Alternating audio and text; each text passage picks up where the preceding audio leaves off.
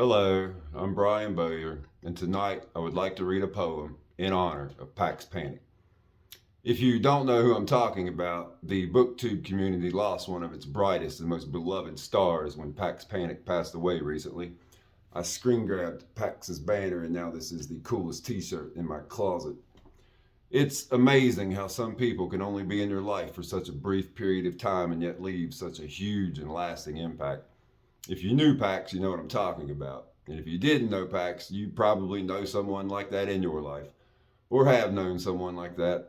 They're there and then they're gone, but they're not gone because they just won't go away.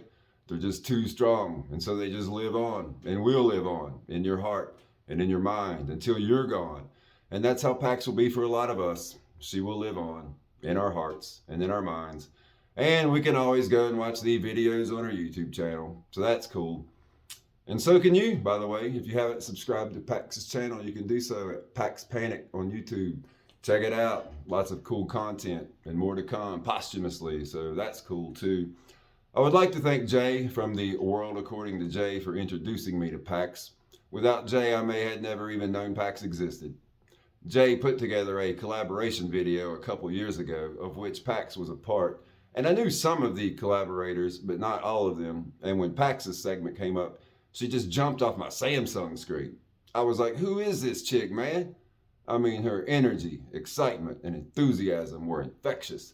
So I sent her a message, and I asked her if she was currently accepting books for review, and she told me that she was.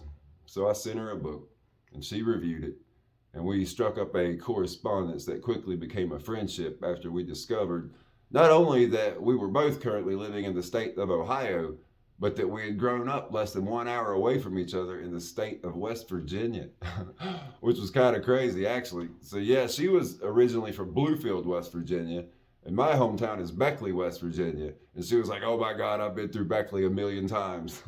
And I was like, yeah, I've been through Bluefield a million times. So we had that connection, in addition to our love for language and horror fiction and poetry. And oh my God, we all loved listening to Pax Panic read poetry on her YouTube channel.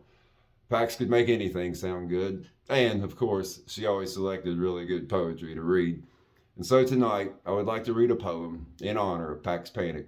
And the poem I have selected is For Grace in the Hospital by Erica Jong.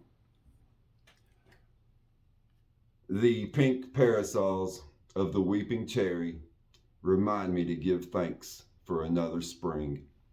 So unearned, pure gift we were never promised, always given.